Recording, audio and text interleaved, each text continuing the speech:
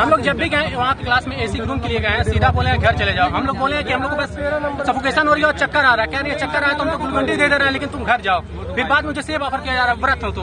अगर मैं व्रत हूँ, मेरे पास पैसा ऑफर किया जा रहा है, मेरे पास क्या सेब नहीं है बैग में, मैं नहीं लाता हूँ खाने के लिए, लेकिन मुझे ये सब ऑफर किया जा रहा है ना कि एसी क्लास दिया जा रहा है। ऐसे तो नहीं पड़ रहा है सर, कोई नोटिस नहीं दिया गया है, कोई रेसिड्यू नहीं दिया गया है हम लोग को। ना अभी एक फीस का नोटिस दिया गया है, किसी वजह के कहा गया है। हम लोग ने बस क्लास चेंज करने का एक बात कहा, सीधे हम लोगों को कहा गया है कि आप लोग घर जाइए, आप लोग घर जाइए बिना किसी नोटिस के। सर ये क्या हो रहा है?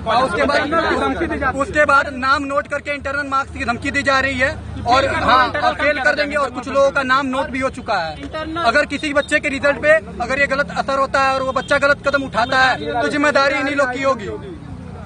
हम लोग जब भी गए वहाँ की क्लास में एसी रूम के लिए गए, सीधा बोले घर चले जाओ। हम लोग बोले कि हम लोग को बस सफोकेशन हो रही है और चक्कर आ रहा है। कह रही है चक्कर आया तो हमको ग्लूकोन-डी दे रहे हैं, लेकिन तुम घर जाओ। फिर बाद में मुझे सेब ऑफर किया जा रहा है, व्रत हो तो। अगर मैं व्रत हूँ, मेरे पास पैसा ऑफर किया जा रहा है, मेरे पास क्या सेब नहीं है बैग में, मैं नहीं लाता हूँ खाने के लिए, लेकिन मुझे ये सब ऑफर किया जा रहा है ना कि एसी क्लास दिया जा रहा है। ऐसे तो नहीं पड़ रहा है।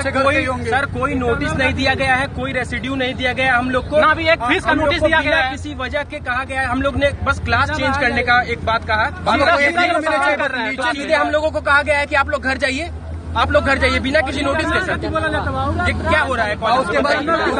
उसके बाद नाम नोट करके इंटरनल मार्क्स की धमकी दी जा रही है और और फेल कर देंगे, और कुछ लोगों का नाम नोट भी हो चुका है।